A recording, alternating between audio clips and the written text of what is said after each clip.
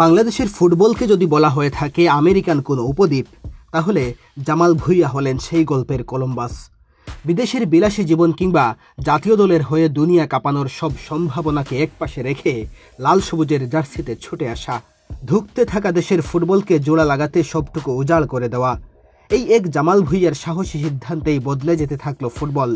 প্রবাসী ফুটবলারদের আগ্রহ বাড়তে থাকলো দেশের ফুটবলের প্রতি। জামাল ভুঁইয়া ডেনমার্ক ছেড়ে যখন বাংলাদেশে আসলেন, প্রথম দিকে মানিয়ে নিতে সমস্যা হচ্ছিল। দুই অঞ্চলের আবহাওয়ার পার্থক্য ছিল বিস্তর, তবে সময়ের সাথে সেটা মানিয়ে নিলেন খুব দ্রুত। এরপর জামাল ভুঁইয়ার দেখানো পথে হাঁটলেন ফিনল্যান্ড প্রবাসী তারিক কাজী। দেশের জার্সিতে খেলতে নেমে নিজেকে মেলে ধরলেন তিনি। জামাল ভুঁইয়া এবং তারিক কাজীর পর একই পথে হাঁটেন কানাডা প্রবাসী কাজেম শাহ। 2024 সালে বাংলাদেশের জার্সিতে অভিষেক হয় তার। এরপর জাতীয় দলের সাথে নিয়মিত ছিলেন তিনি। কাজেম শাহের পর বাংলাদেশ দলের সাথে যুক্ত হয় সবচেয়ে বড় নাম হামজা চৌধুরী। প্রিমিয়ার লিগ খেলা এই তারকার দলে সংযুক্তি রীতিমতো আলোড়ন সৃষ্টি করে।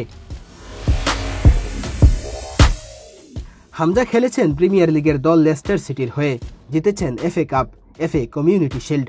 হামজার টেকেরে বিধ্বস্ত হয়েছেন মোহাম্মদ সালাহ, আর্লিং হ্যালান্ডের মতো তারকারা। এমন বিশ্বমানের একজন খেলোয়াড় বাংলাদেশে আসবেন, এমনটা কেউ ভাবতেও পারেননি।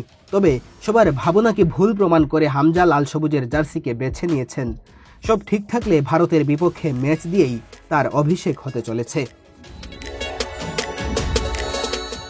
হামজার পর বাংলাদেশের দলে ডাক পেয়েছেন ইতালিয়ান প্রবাসী ফুটবলার ফাহমেদুল ইসলাম। ইতালির চতুর্থ স্তরের ক্লাব অলবিয়া সেলসর হয়ে খেলা তরুণ এই ফুটবলারের গতি এবং ফিনিশিং দুর্দান্ত। শুধু তার খেলার ভিডিও দেখেই তাকে পছন্দ করে বাফুফে। শেষ পর্যন্ত দলের সাথে যোগ দেন ফাহমেদুল। সৌদি আরবে দলের সাথে নিয়মিত প্র্যাকটিস করছেন, একই সাথে প্রস্তুতি ম্যাচে করেছেন হ্যাট্রিক।